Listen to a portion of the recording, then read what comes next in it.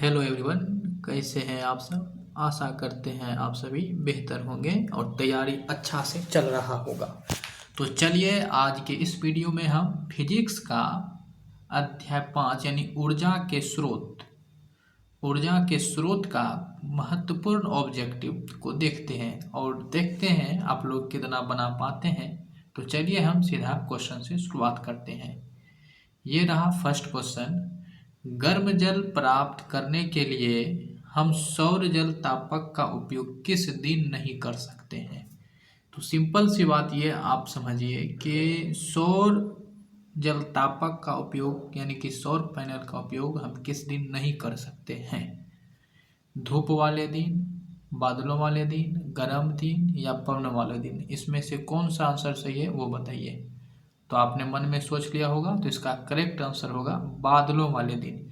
यानी यदि बादल है तो बादल वाले दिन जो है आप गर्म जल प्राप्त करने के लिए सौर जल तापक का उपयोग नहीं कर सकते हैं। तो ऑप्शन हमारा बी करेक्ट होगा। नेक्स्ट प्रश्न देखिए। निम्नलिखित में से कौन जैव मात्रा ऊर्जा का स्रोत नहीं है। ठीक है, ये बताना है। एक सेकेंड। हाँ, तो बताइए कौन जो है जैव मात्रा ऊर्जा का उदाहरण नहीं है। ऑप्शन है लकड़ी, गोबर गैस, नाभिकीय ऊर्जा या कोयला। कौन इसमें से जैव मात्रा ऊर्जा का उदाहरण नहीं है वो बताना है।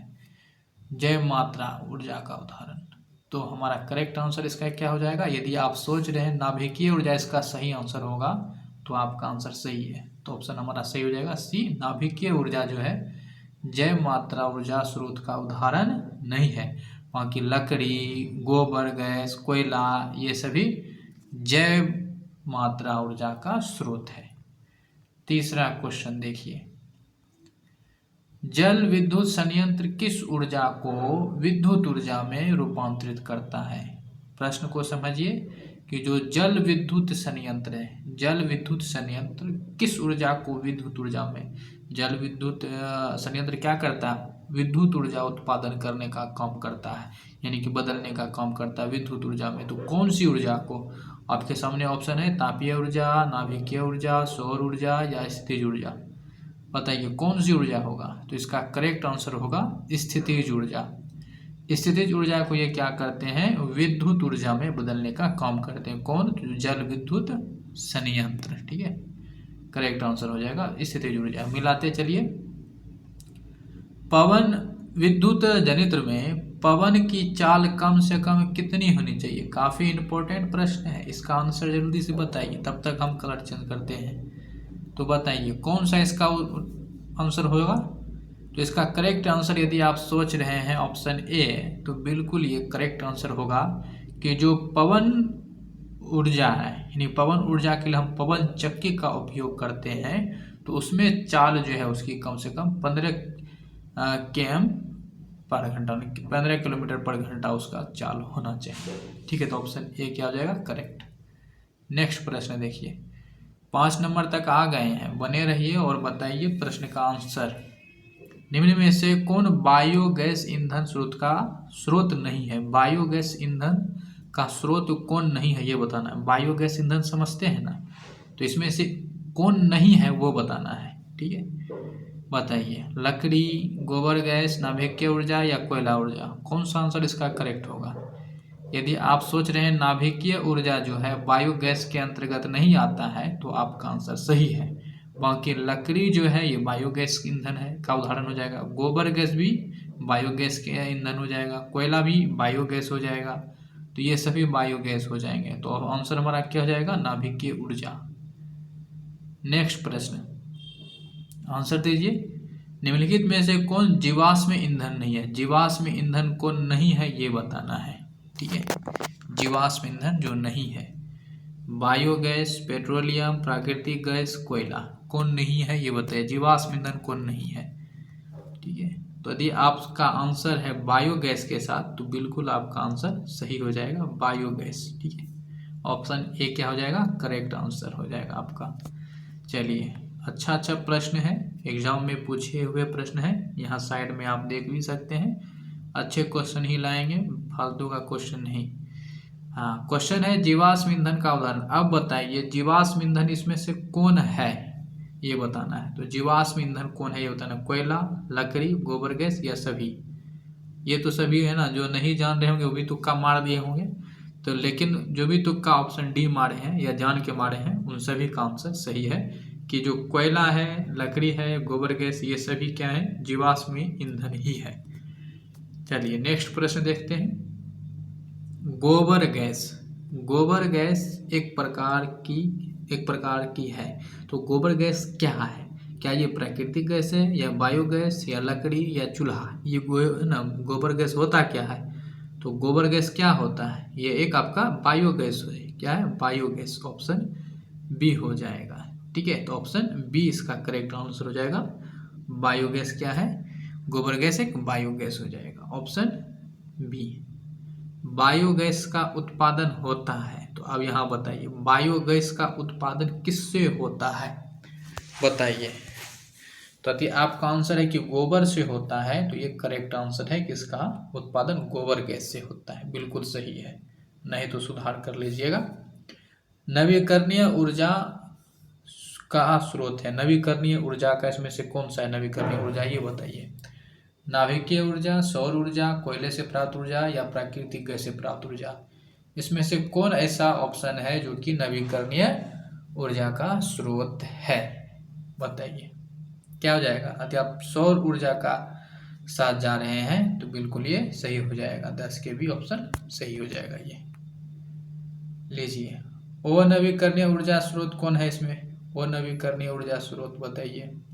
अनवीकरणीय ऊर्जा स्रोत कौन सा है, अभी तो सौर ऊर्जा क्या देखे थे, नवीकरणीय, तो ये तो होगा नहीं यदि आपको याद हो तो। बाकी बताइए कौन हो जाएगा, आपके पास ऑप्शन है जीवाश्म ईंधन, सौर ऊर्जा, पवन ऊर्जा, विद्युत ऊर्जा। यदि आपका आंसर जा रहा है कि वो नवीकरणीय, यानी जो जिसका हम नवीकरणीय नहीं कर सकते हैं, तो वो हो जाएगा हमारा जीवाश्म ईंधन। यदि ए है आपका आंसर तो बिल्कुल सही है, इसका करेक्ट आंसर होगा ए। चलिए, एक उत्तम ईंधन है, उत्तम ईंधन किसको बोलेंगे आप बोलिए, अच्छा ईंधन किसको कहेंगे। ये 4 ऑप्शन है, कोयला को अच्छा बोलेंगे, लकड़ी को बोलेंगे, पेट्रोलियम को बोलेंगे या बायोगैस, जैव गैस यानी कि बायोगैस। किसको इनमें से किसको आप जो है अच्छा ईंधन मानेंगे। तो जो हमारा क्या हो जाएगा, ये जैव गैस जो हो जाएगा, हम जैव गैस एक उत्तम ईंधन है। ठीक है, चलिए आगे देखते हैं नेक्स्ट। ये प्रश्न देखिए, बहुत अच्छा इंपॉर्टेंट प्रश्न है कि नरोरा नाभिकीय विद्युत संयंत्र किस राज्य में स्थित है। नरोरा बताइए किस राज्य में है, राजस्थान में, महाराष्ट्र में, उत्तर प्रदेश में, गुजरात में, कहाँ पर है ये बताइए। नरोरा नाभिकीय संयंत्र कहाँ है, ये हो जाएगा उत्तर प्रदेश। ऑप्शन हमारा सी हो जाएगा उत्तर प्रदेश। ठीक है, क्या हो जाएगा, उत्तर प्रदेश। आप कमेंट करके बताइए कि उत्तर प्रदेश की राजधानी कहाँ है। नेक्स्ट प्रश्न है, प्राचीन काल में ऊष्मीय ऊर्जा का सबसे अधिक सामान्य स्रोत था। प्राचीन काल की बात हो रहा है कि प्राचीन काल में ऊर्जा का सबसे उपयोग में अच्छा साधन क्या था वो बताना है।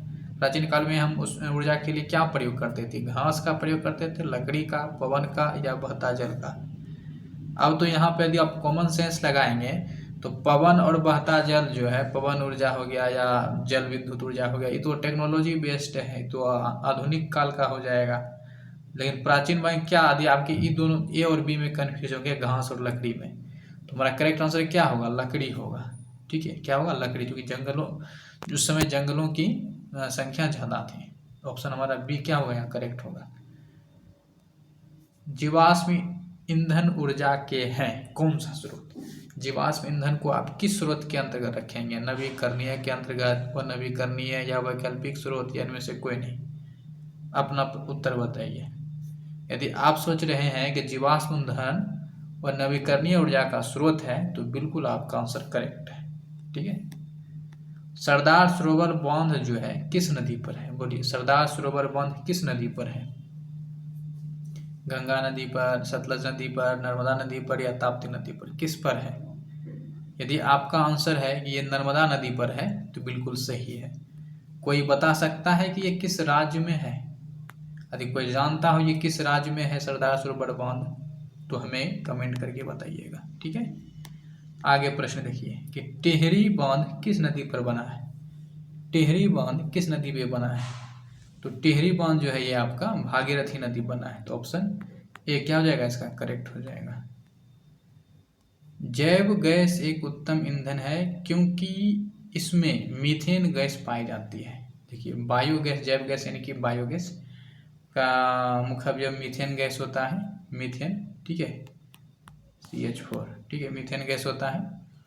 तो बताइए कि इसमें मीथेन गैस की प्रतिशत कितनी होती है। यदि आपका आंसर है 75% लगभग, तो ये करेक्ट हो जाएगा। ठीक है, ये क्या हो गया, एक सेकेंड,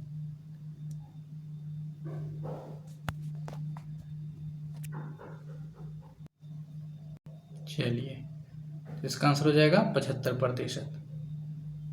क्वेश्चन है पवनों का देश कहा जाता है। तो पवनों का देश किसे कहते हैं? भारत को, फिनलैंड को, डेनमार्क या अमेरिका?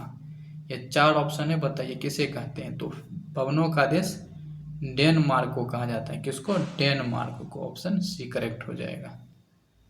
आगे देखिए, और लास्ट प्रश्न है इस क्लास का।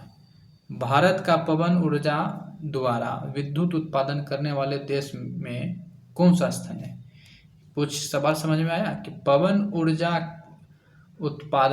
ऊर्जा के द्वारा विद्युत उत्पादन करने वाले देशों में भारत का कौन सा स्थान है? दूसरा है, तीसरा है, चौथा है, पांचवा है? क्या होगा? तो इसका करेक्ट आंसर होगा पांचवा है। क्या है? पांचवा है। ठीक है, तो ऑप्शन हमारा यहाँ क्या हो जाएगा? पांचवा है। ठीक है, ये करेक्ट हो जाएगा।